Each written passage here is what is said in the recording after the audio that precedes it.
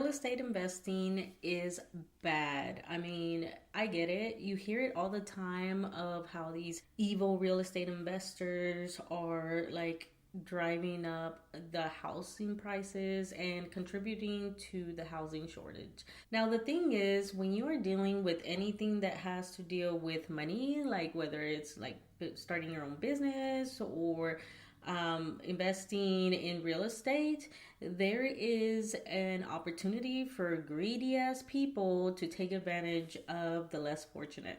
So you may feel like real estate investing doesn't align with your values. And I get it. I've had people, ask me about it and, are kind of interested, but they're like, well, I don't think it aligns with my values and my morals. So I don't think real estate investing is for me. However, there are so many different strategies in real estate investing, and there's different ways that you can invest, a little bit more responsibly, a little bit more ethically, and just investing with compassion. And this was me. This was the dilemma that I had to deal with at the beginning of my real estate investing journey. Now, I get the whole values thing, and that's one dilemma that I had to deal with at the very beginning of my real estate journey. I basically stumbled upon real estate investing. It wasn't something that I was going out to do, but in 2014, I purchased my first home, a single family home, and I house hacked that home and I started, learning about the BRRRR method, the BRRRR method, maybe one too many R's. But basically, is you buy a home, you rehab it, and then you rent it out, and then you refinance it. And so that's basically what I did at the beginning. I purchased a home for myself. It was my first home, and then I house hacked it. So I rented out one of the rooms, and then I fixed up a few things, and then when I left, instead of selling it, I turned it into a rental. So I started creating rental income for myself. And then later on, I did a cash out refinance, and I used that money for another investment.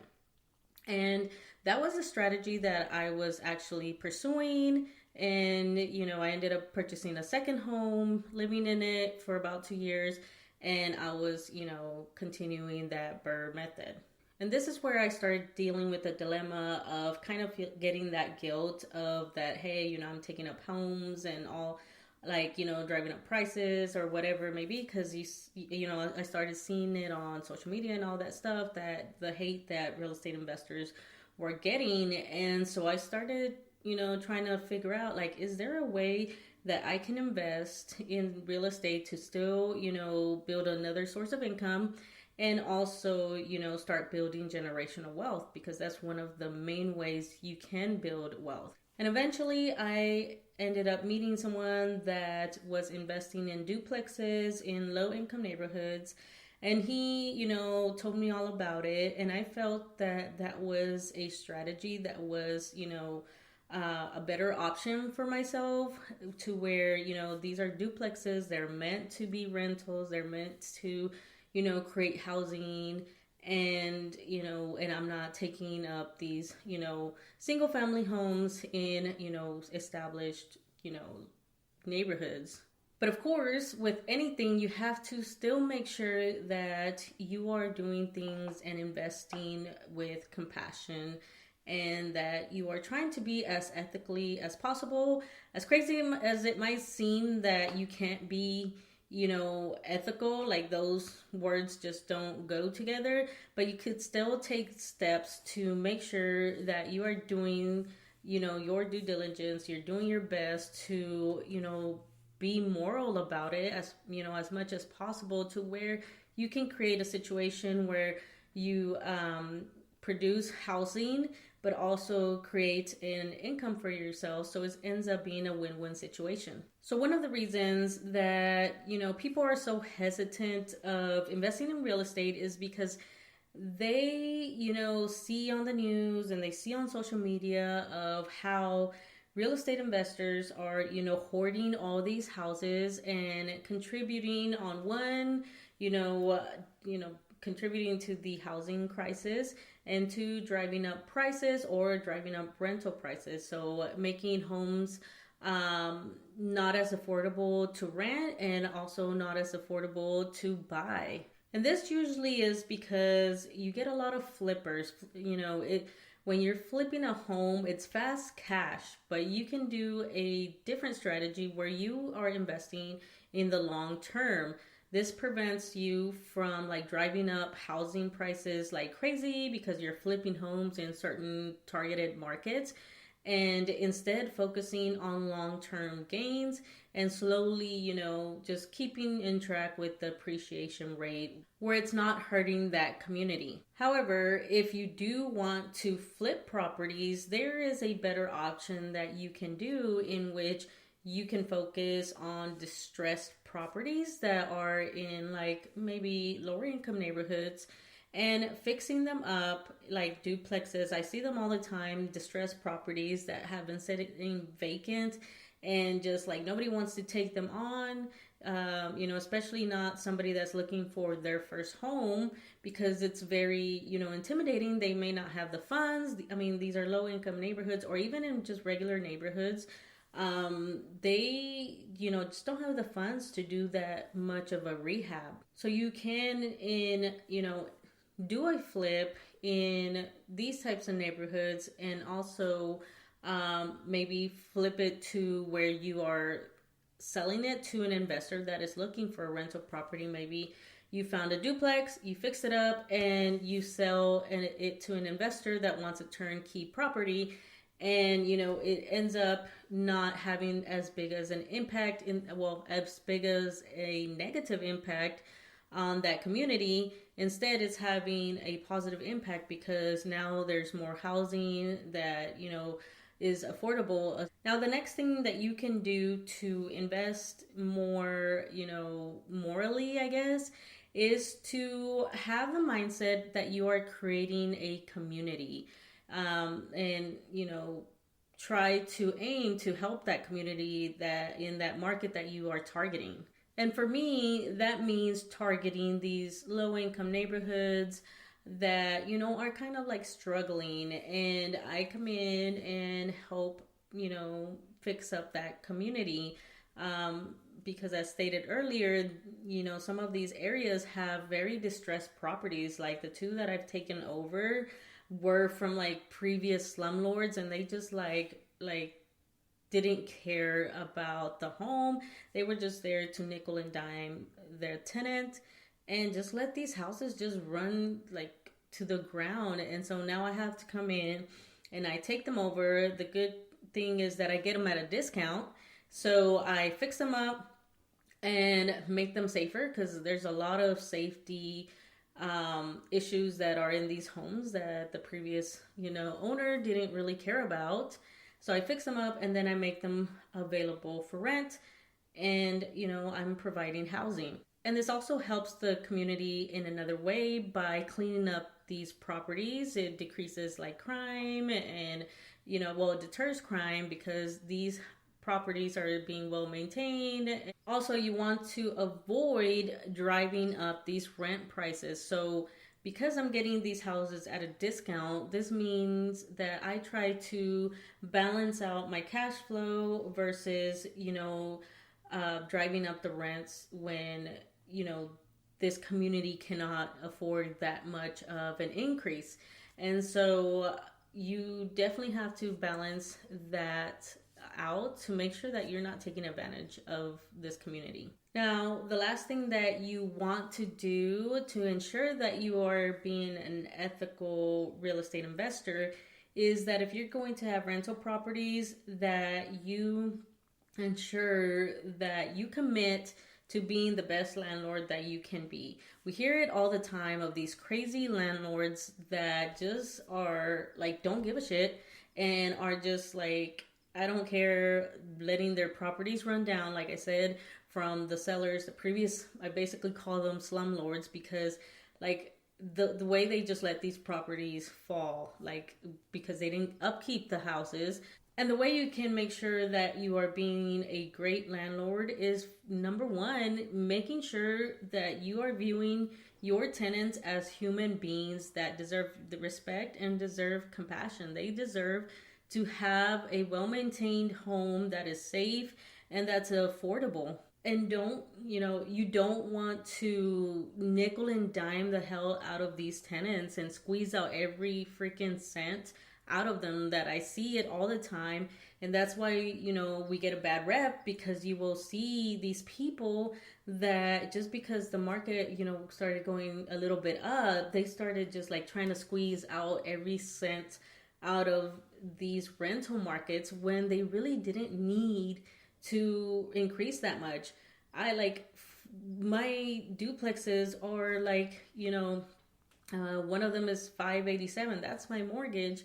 And each side, it's about $800 per side, and I don't need to increase it to 1,000 just because I could probably squeeze that out. Like, I don't need to. I just keep it affordable. It helps me get tenants faster. It helps me keep tenants because I'm not raising just because the market went up, because I don't need to. I'm still making great cash flow. I'm still making enough to, maintain them home, to build a source of income. The mortgage is paid, and, I don't need to squeeze out every cent just so I could make myself wealthy. Another way to ensure that you're being a great landlord that you can be is just to be honest and transparent. Like, don't try to hide things from your tenants. Don't lie to them, and don't make it like, life difficult to where any little thing you're getting on your tenants. Because at the end of the day, one, they deserve the respect, they deserve the compassion, they deserve to know the truth about your properties and about yourself. But on the other hand, it is costly to drive tenants away. If you are like making it difficult to where tenants are like, oh my God, I'm getting priced out of the home because you decided to raise rent, or two, you're not maintaining the home. They're like, you don't fix maintenance issues on time, in a timely manner. Like, the tenants are going to get fed up and try to go somewhere else. And that is very costly, because every time there's a turnaround for that unit, you are having to paint, you're having to replace carpet, you're having to pay fees to the property manager if you have one, because they have to put the property up for rent again. They have to do the marketing. If you don't have a property manager, that's still you that has to take the time to show the property, to find a tenant, to run the background check and all that stuff. And that is time and money that is wasted because you are on your high horse trying to squeeze out money from them and just being dishonest. And lastly, to ensure that you're being a good landlord is, be good with the maintenance. Like, make sure you are doing the maintenance on your home, and, your tenants are, feel comfortable to say, hey, this is broken. Can you fix it? And you go fix it, with, depending on what the situation is, but like major things like maintaining the home of just basic, like the plumbing and all that stuff, like that could save you money in the long run, and also prevents headaches for the tenant, and it reduces the chances of them, going somewhere else. Because one of what I talked about earlier of it being costly, and two, like little maintenance items, I cannot tell you the things that I see in these properties that had they just like took, some time in, the past to fix little issues, that would have prevented so much money in repairs later on. Because one of the plumbing things on one of these properties, like they literally cookie cuttered, like the PVC pipe underneath a bathroom sink, I think it was, and they just kept like doing like a puzzle, and just like instead of just taking the whole thing out and just replacing the whole thing, they just kept going in little by little and replacing little sections. And it's little things like that like, why not do it right the first time to prevent a bigger issue. And so now you end up having to replace more piping than you needed to and messed up, some of the plumbing. And I saw that, I see it all the time in these properties that I take over, that they just were like, F it, I'm just gonna just see how far I can go. And it's not good for them either, because when you go to sell that property, I get it at a discount because I'm not going to pay top dollar for these properties that are like run down because you failed to do some maintenance throughout the life of the property. So yes, although real estate investing can, be taken advantage, but it can, the same can be said with anything that has to deal with money. If you want to be an entrepreneur and build your business, eventually there's going to be people that can even take advantage of people at that, like just doing that. Like, matter of fact, one of my other podcasts, with the one with Lily, she spoke about how she, worked for a small family-owned business, and yet she was taken advantage for so long. So, at any level, someone can just be greedy and take advantage of people. So it's not necessarily that real estate investing is, immoral or bad. It's just the way that some people choose to do it is a horrible practice, but it can be done better. Like, you don't have to nickel and dime. You don't have to freaking take advantage of people. You don't have to be an asshole. You can provide housing without driving up, the market, without hurting that community, and without just, being a horrible landlord. So if you want to invest in real estate, just make sure that you're picking the right strategy to where you are not, driving up the prices.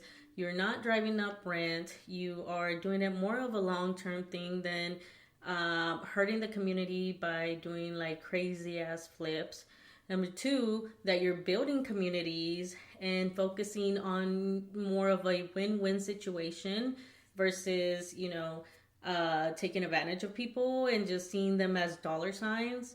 And three, just, committing yourself to being a better landlord, a more compassionate landlord, by being honest, by treating tenants as human beings that deserve compassion and respect, that you're not trying to nickel and dime them, you're not trying to squeeze out every single cent out of them, and that you are maintaining your property to make sure that they have a safe and secure property for them to rent. And this is what I promote. I do not promote slumlords. I don't promote real estate investors that go and mess up communities or gentrify or anything like that. But it is important that we do start real estate investing, because this is a great way to build generational wealth. It could be a win-win situation. And, like, I get it, this whole money is evil type deal, but the problem is that at the end of the day, we do live in a capitalist society. And if we want to make change, we have to have the funds to do that. And, real estate investing is one great way. So is entrepreneurship. And as long as we make sure that we do it with, compassion and, to try to make it as much as a win-win situation, and, giving back to the community, because that's the ultimate goal. Is obviously we do want to build generational wealth, but also, for me at least, I want to make sure that I have the funds to where I can start, driving change for my community. And with that, if real estate investing interests you, make sure you follow my social medias, because I post real estate investing content. And let me know what you think, what concerns you, what is, preventing you from getting into real estate investing, because I want to hear, what is stopping you, how do you feel about it, and, how I can help you overcome that so you can get into it and start building wealth and, building another source of income for yourself. But other than that, I will see you in the next episode. Bye.